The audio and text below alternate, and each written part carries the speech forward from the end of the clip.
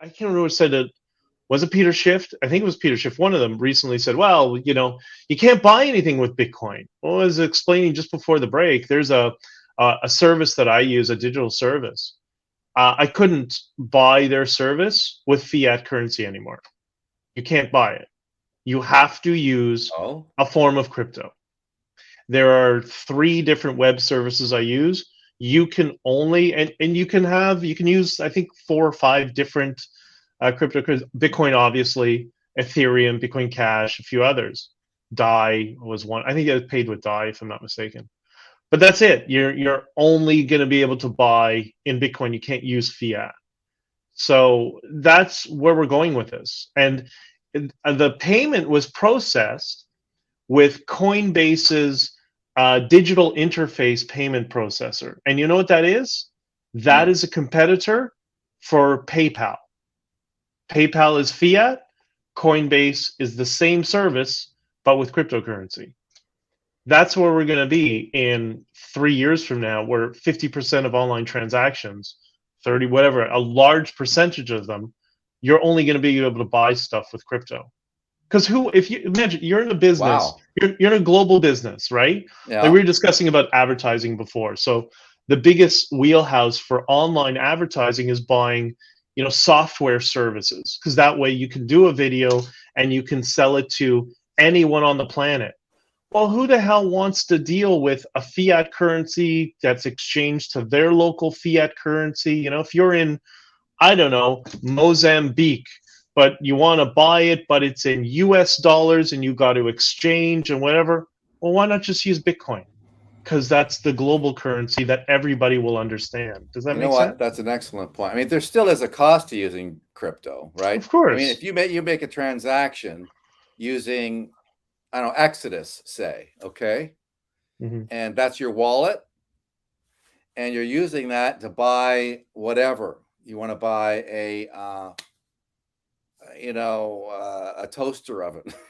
and, Okay. and you want to buy a toaster oven in El Salvador. All right. Okay. So you're using that.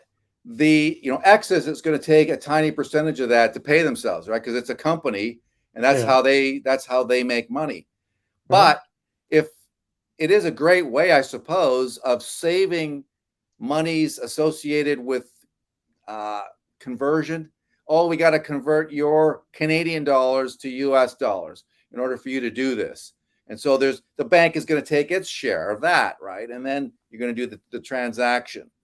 But and then by the way, there's also a UK partner. So we've got to take this USD and convert it to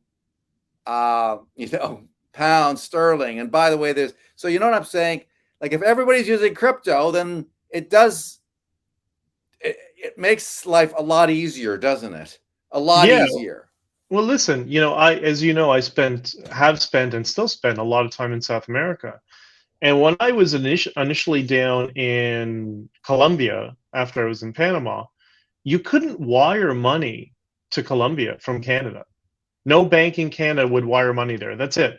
That's just the rule. Well, that's not a problem anymore. Okay, fine. I'll just send Bitcoin.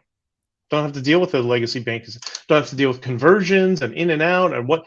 And also, when you price things, if you're having a web service online, or any sort of digital service you're selling it, you just price it in satoshis, which are the smaller denominations, or sats is what they're called. Then you want to buy the service. Oh, okay, it's 70,000 sats. Okay, it doesn't matter what part of the planet that person lives in. The money comes into their wallet, and they do it as they please. They convert it if they need. That's it. Makes life so How much many easier. sats per coin does that number exist? 100 million.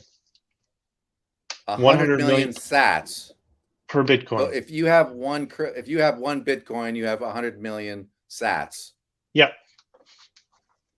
And so this is Okay. why, over the long term, this I'll call them the speculators, the people, the developers who've been building this space, Yeah. suggest over decades Mm. that if you have one Bitcoin, that's going to be generational wealth, because Bitcoin is now the 5th largest currency on the planet. People don't Wow. realize that. And it's passed everything but the 5 major currencies now. And now I can't remember what country it was, whatever country it was, that one sat is now the equivalent of their dollar. Well, that pace is going to accelerate over years, right? I don't remember what the total. I don't have a calculator in front of me, and I'm calculator dependent. But what's going to happen when a sat is worth 1 cent, or I don't know, $1 in 100 years, because the dollar's been inflated away? Because the legacy financial system is not going to stop that. They have no choice. Okay, so if say a US dollar one day is equal to 1 sat, then if you have one crypto coin, you're pretty rich. I mean, well, obviously it depends on what a dollar will buy. That's right. That's right. The one of the reports I remember reading, which was from maybe 2 months ago.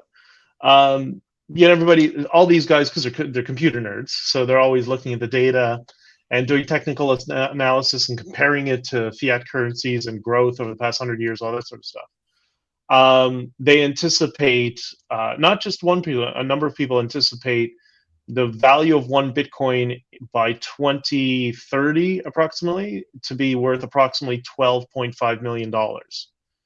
And the purchasing power, if the present rate of inflation, this was before COVID, but if the current inflation rate stays, you're just at your 2 or 3%, whatever, it's going to have the purchasing power of $1 million, right? So, okay, multiply that times 2 or 3 decades.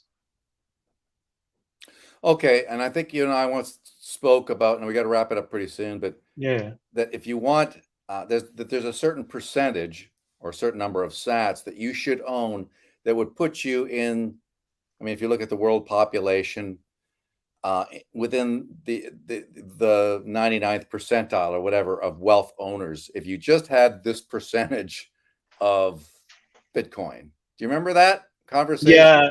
It was 0.28 Bitcoin would put you in the top 1% wealthiest people on the planet in Bitcoin terms. Because remember, there's a fixed supply, and people overlook that. They don't understand the importance of it because we've never had a fixed supply currency of 21 million coins. And just in the past couple of weeks, we crossed over 19 million coins. So that's it. There's only 2 million left to be mined over the next 150 years.